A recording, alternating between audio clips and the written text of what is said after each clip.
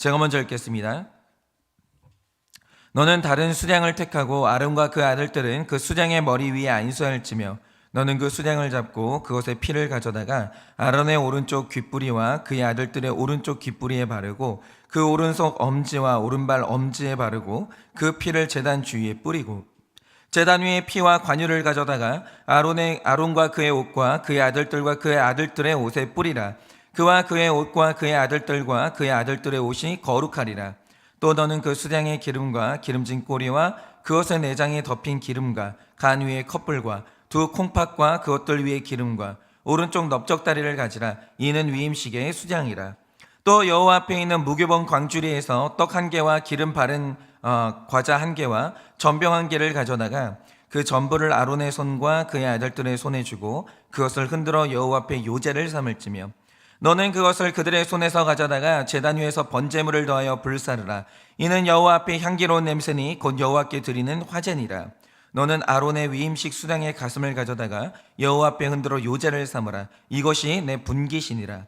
너는 그 흔든 요제물 곧 아론과 그의 아들들의 위임식 수량의 가슴과 넓적다리를 거룩하게 하라. 다 같이 읽겠습니다. 이는 이스라엘 자손이 아론과 그의 자손에게 돌릴 영원한 분깃이요 거제물이니 곧 이스라엘 자손이 화목제의 제물 중에서 취한 거제물로서 여호와께 드리는 거제물이니라. 아멘. 기도하겠습니다. 하나님, 오늘도 정말 우리 곁에 보내주신 그 수량 어린 양 덕분에 오늘도 우리가 이렇게 살았습니다. 하나님, 오늘도 우리가 이 어린 양을 보면서 우리가 깨달아야 될 것이 무엇이겠습니까?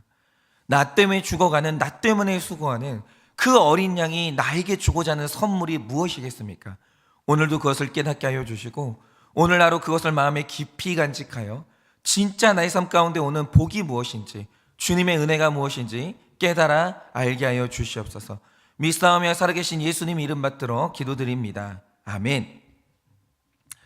네, 지금 출애굽기가 25장으로 넘어오면서 우리가 지금 놀라운 변화 두 가지를 보게 되거든요. 그러면 첫 번째 변화의 대상이 뭐냐?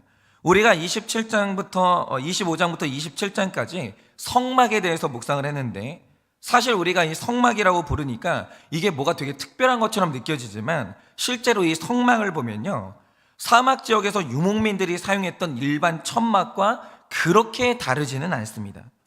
예를 들어서 이 천막이라는 말이 텐트라는 말과 똑같은 말인데요, 여러분이 아시는 것처럼 텐트는 집이 아닙니다. 그래서 이 텐트의 특징이 뭡니까? 필요할 때 세우는 것도 쉬워야 되지만 이동해야 될 때 부수는 것도 편해야 되는 거예요.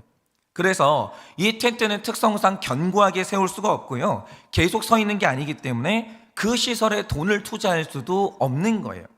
그러니 말이 이 성막이지 이게 사실은 뭐가 그렇게 대단하겠습니까? 그런데 이 성막에 대해서 우리가 주목해야 될 사실이 뭐냐?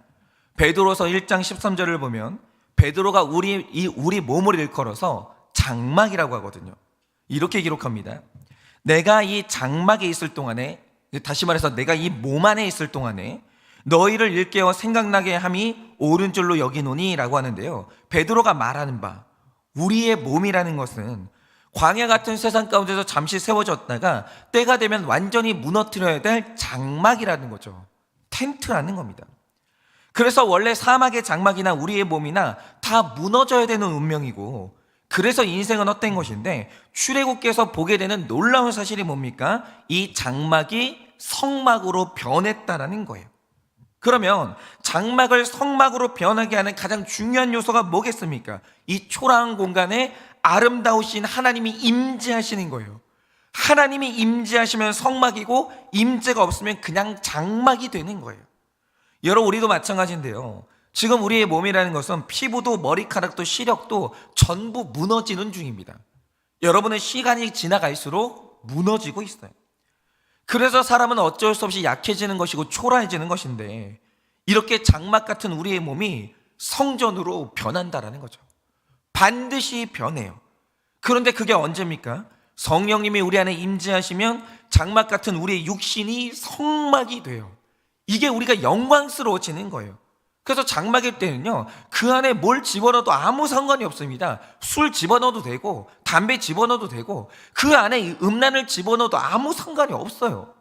아니 초라한 이 장막인데 무슨 상관이 있겠어요?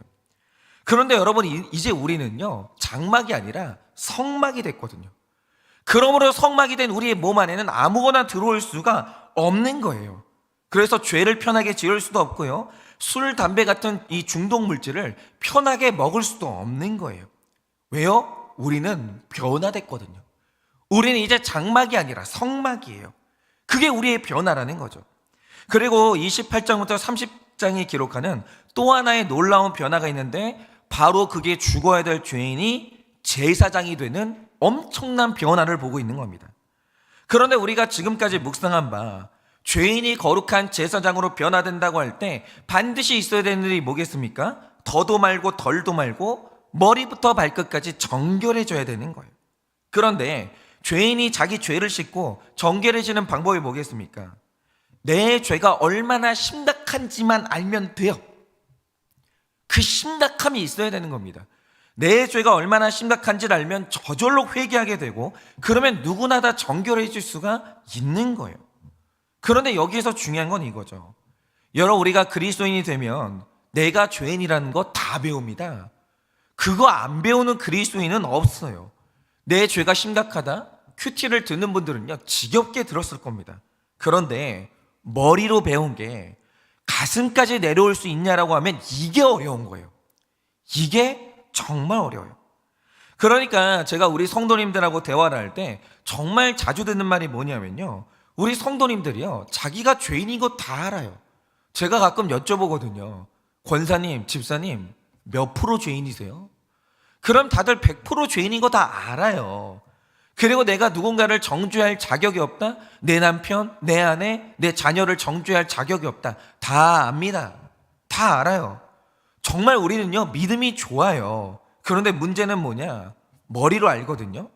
가슴으로 안 내려와요. 이게 우리의 애통함이에요. 머리로 아는데 그게 가슴으로 안 내려오는 거죠. 그래서 내가 죄인이라는 사실에 대해서 머리로 아는데 눈물이 나는 것도 아니고, 때로는 죄 지은 다른 사람을 하면 안 된다는 걸 아는데도 자꾸 정죄하게 되는 거예요. 그래, 내가 내 남편 정죄할 자격 없지, 내가 내 아내를 정죄할 자격 없지, 알아요. 근데 정죄가 나와요. 왜냐하면 가슴으로 안 내려오거든요. 그런데 사람이 죄를 회개하고 정결하게 된다는 것은요, 머리로 알게 된 나의 죄가 가슴까지 내려와서 비로소 분수령적인 회개가 터져야 가능해지는 것인데, 그러면 이 회개가 가슴으로 내려오는 방법이 뭔가?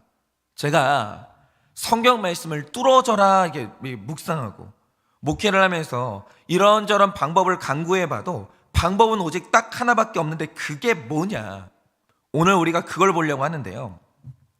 여러분이 어제와 오늘 말씀을 보시면 이 죄인 아론이 제사장으로 변화가 되면서 그 죄를 회개하는 속죄제를 드리게 됩니다. 그런데 이 속죄제에서 빠짐없이 등장하는 게 있어요. 바로 그게 제물이에요. 제물 없으면 속죄제는 안 됩니다. 여러분, 우리 삶 가운데서도 내 회개를 받아내실 때 하나님은 어쩔 수 없이 제물을 필요로 해요. 여러분은 오늘 이 제물에 주목하셔야 되는 겁니다. 한번 들어보세요. 여러분, 한 명의 죄인이 제사장으로 변화가 되기까지 하나님은 반드시 그 사람에게서 진실한 회개를 받아내시는데, 그때 필요한 게 제물이거든요. 그러면 이 제물이 어떤 역할을 하는가? 일단 19절을 보시면 아론과 그의 아들들이 택함 받은 수장의 머리 위에 손을 얹고 안수를 합니다. 그런데 이 안수가 뭘 의미하냐면, 내가 지은 이 모든 죄를 이 양이 감당하는데 선택을 받았다라는 거예요. 여러분, 우리 인생에 이런 제물이 있어요. 나의 죄를 위해서 수고해주는 이 제물이 우리 택자의 인생에는 나타난다는 거죠. 그래서 이제부터 이 양은요, 내 거룩과 내 구원을 위해서 수고하고 죽어져야 되는 거예요. 그걸 상징하는 게 뭐냐? 그게 바로 안수예요. 그래서 이 안수가 끝나면 일어난 일이 뭡니까? 20절 초반전에 그 수장을 잡습니다. 성경은 잡는다고 표현해요. 그런데 여기에서 잡는다라는 말의 히브리어가 샤하트라는 말인데, 이 말 뜻이 뭐냐면 사실 잔인한 단어예요. 살아있는 상태에서 무참히 살해한다, 그 뜻이. 근데 이게 너무 끔찍하니까 우리말로 좀 순화해서 표현을 한 건데 잡다라고 표현했는데 사실 이게요 굉장히 고통스러운 단어입니다. 굉장히 끔찍하게 살해를 당하는 거예요. 그러니까 선택받은 양을 칼로 쳐서 모든 피를 쏟아낸 다음에 이제 그 몸을 토막내고 마지막으로 그걸 제단 위에서 완전히 불살라버리는 거예요. 그런데 여러분, 이 과정에서 살아있는 양이 죽임을 당해야 되니까 얼마나 아프겠으며 아프니까 얼마나 울부짖겠어요. 그 간절하게 울부짖는 거예요. 그런데 먹으려고 도살하는 것과는 달리 지금 이 양은 나와 관계가 있고 나 때문에 수고하고 나 때문에 죽고 있거든요. 그런데 이걸 지켜보고 있는 아론이 어떤 일이 일어나겠습니까? 제가 예전에 한 선교사님의 이야기를 들은 적이 있는데요. 이분이 아주 오래전에 성지순례를 갔다가 유대인들이 성경의 제사를 그대로 재현하는 장면을 본 적이 있다는 거예요. 그래서 이들이 성경에 나온 것과 똑같이 살아있는 양을 끌고 온 다음에 죄인들이 그 손에 안수하는 거예요. 나 때문에 죽는 이 양을 향해서 안수를 하는 거죠. 그리고 나서 이 유대인들은 유대인들이 그 양을 도살하기 시작하는데 유대인들은 성경적인 지식이 있으니까 이 수장이 내 죄를 대신해서 죽고 있는 나와 관계 있는 양이라는 걸 알잖아요. 그러니까 이 양이 죽임을 당할 때 그걸 보면서 울부짖을 때 그 양의 고통과 내가 분리되는 게 아니라 양이 당하는 고통이 내 마음을 찌르는 거예요. 내 심장을 찌르는 거예요. 원래 죽어야 될 사람이 난데 저 양이 나 때문에 고통당하는구나. 이게 너무 마음이 아프고 미안해가지고 모두가 울더라는 거죠. 모두가. 그러니까 성경에서 문자로 읽을 때와는 달리 실제로 양이 나 때문에 죽는 모습을 보고 있으니까 그게 심장을 찌르는 거예요. 너무 아픈 거죠. 그래서 그 당시에 있던 모든 사람들이 다 울더라는 겁니다. 그러니까 여기에서 핵심은 이겁니다. 하나님이 이 제사에서 명령하신 게 뭐냐? 아론으로 하여금 선택된 수장의 머리에 안수하게 하고 이제 나를 대신하게 된 이 수장에게 하나님이 어떤 징벌을 내리시는지 내가 그걸 전부 보고 있어야 돼요.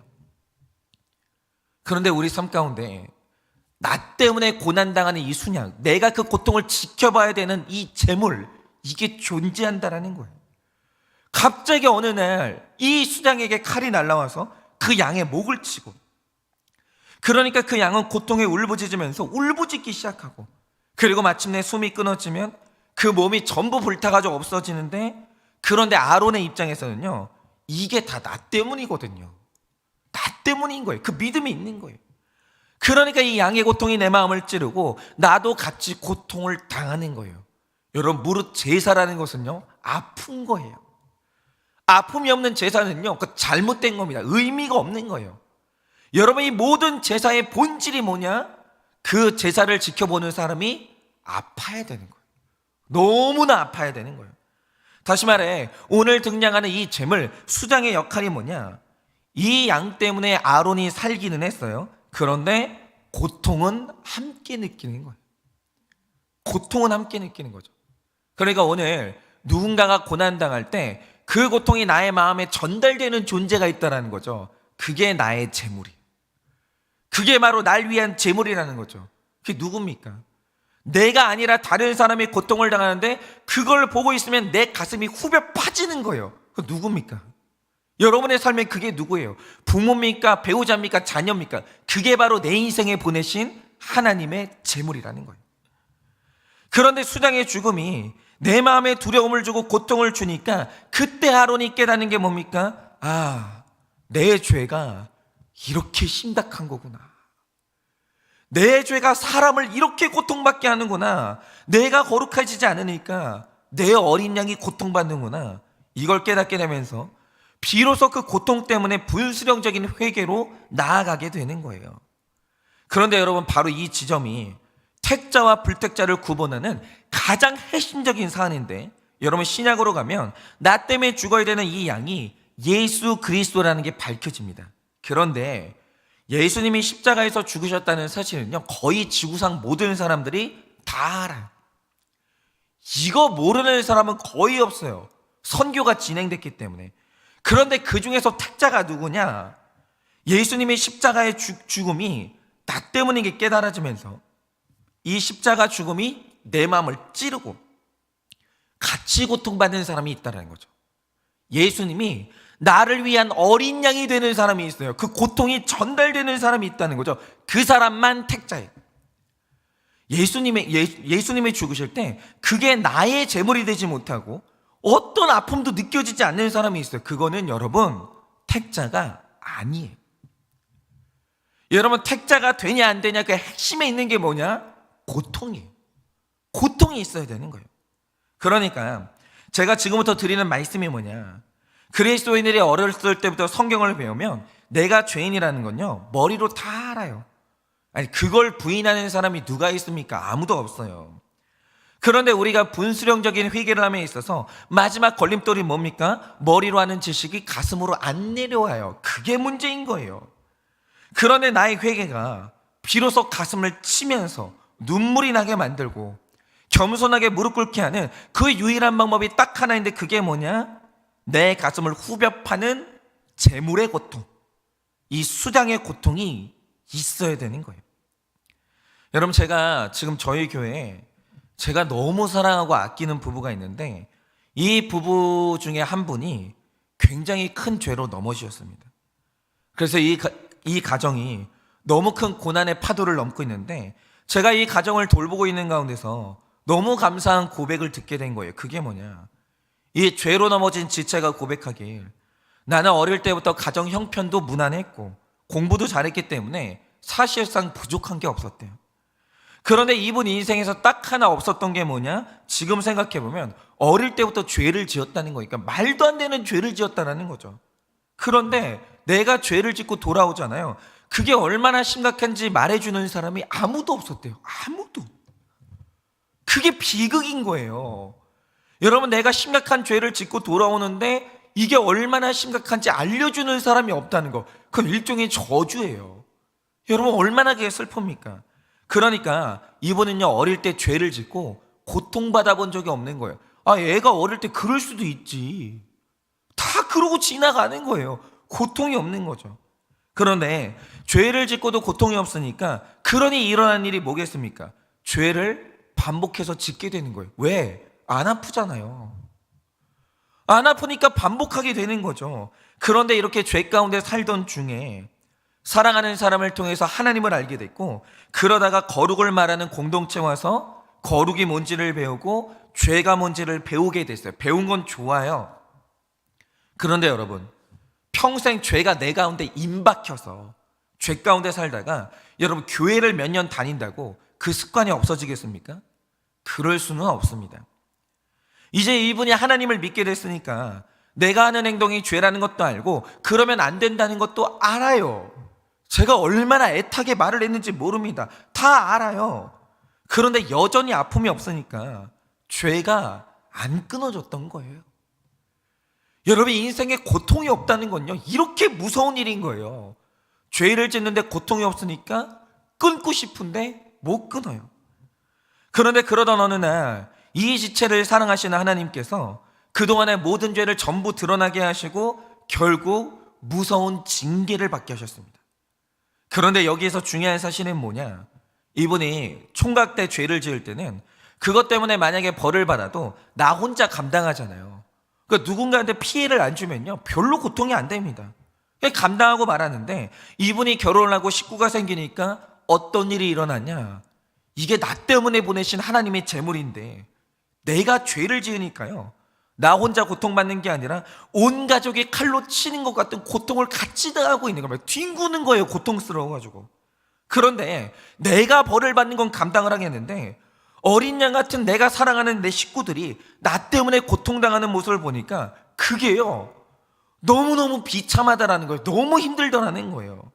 그러니까 그분이 묘사하는 고통이 이겁니다. 예를 들어서 꿈에서 우리 집에 불타는 꿈을 꿨다라고 하죠. 그래서 그 불 때문에 내 식구들이 불 속에서 막 고통을 당하고 있는 거예요. 꿈속에서.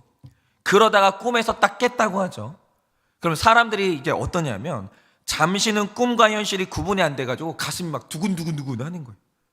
여전히 고통스럽다가 딱 꿈에서 깼다라는 게 느껴지면 아휴 꿈이었구나.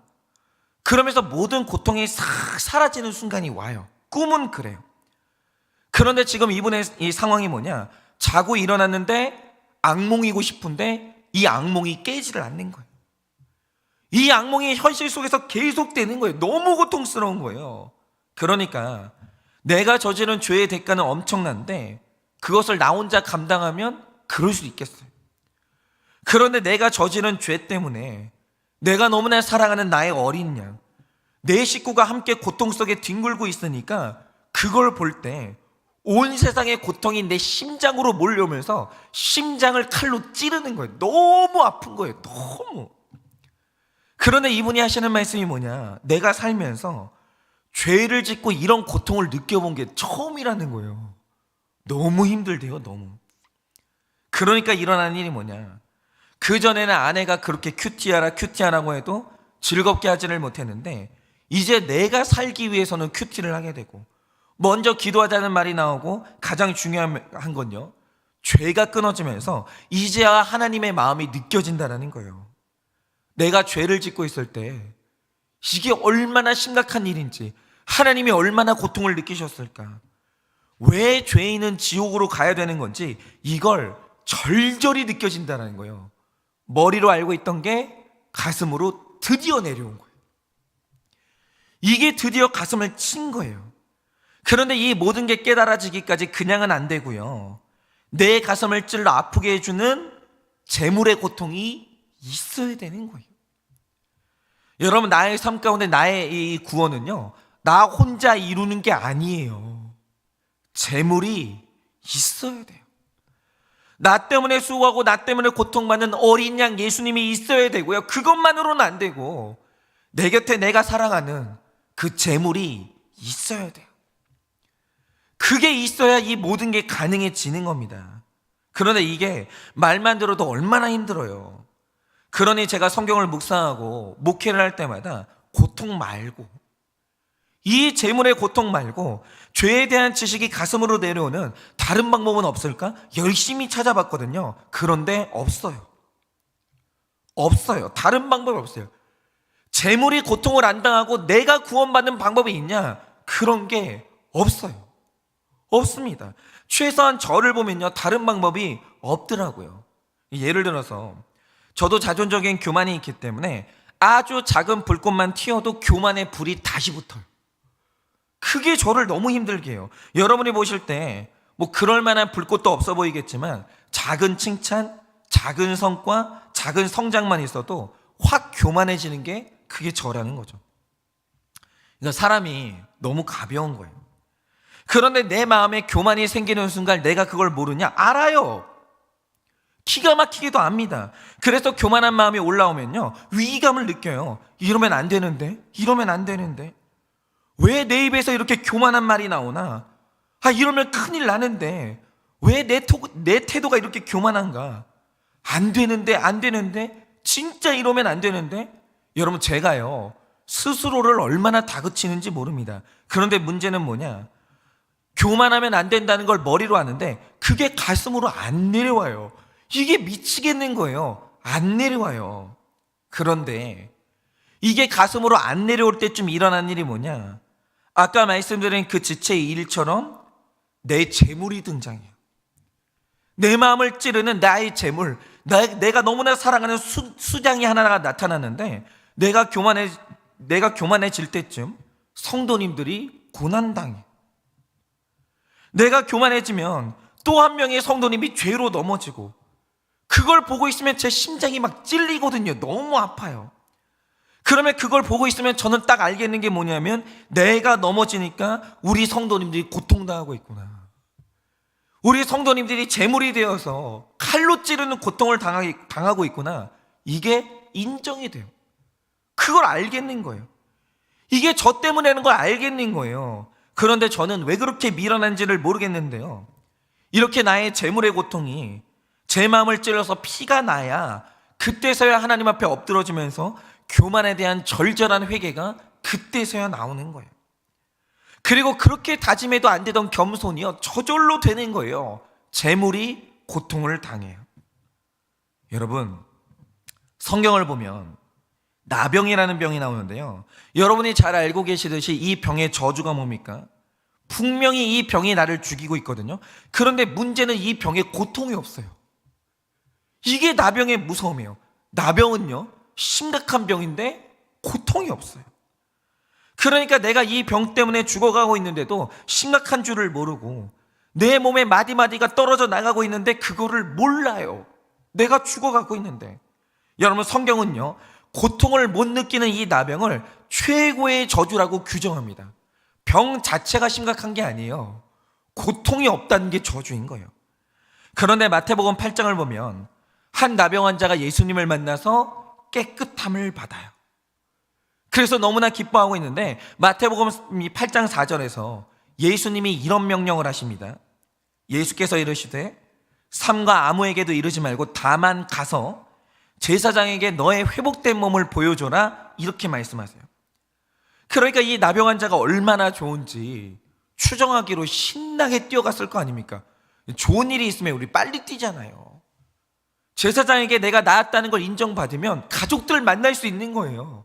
처자식 만날 수 있는 거예요. 얼마나 좋았겠습니까? 열심히 뛰어갔을 거예요. 그런데 만약에 그렇게 뛰다가 돌부리에 걸려서 넘어졌다라고 하죠. 그러면 깨끗하게 나았기 때문에 그때 일어나는 현상이 뭐겠습니까? 온몸에 찌르는 듯한 고통이 쫙 몰려오는 거예요. 무릎이 아프잖아요. 무릎에서부터 고통이 전신에 쫙 하고 퍼지는 거예요.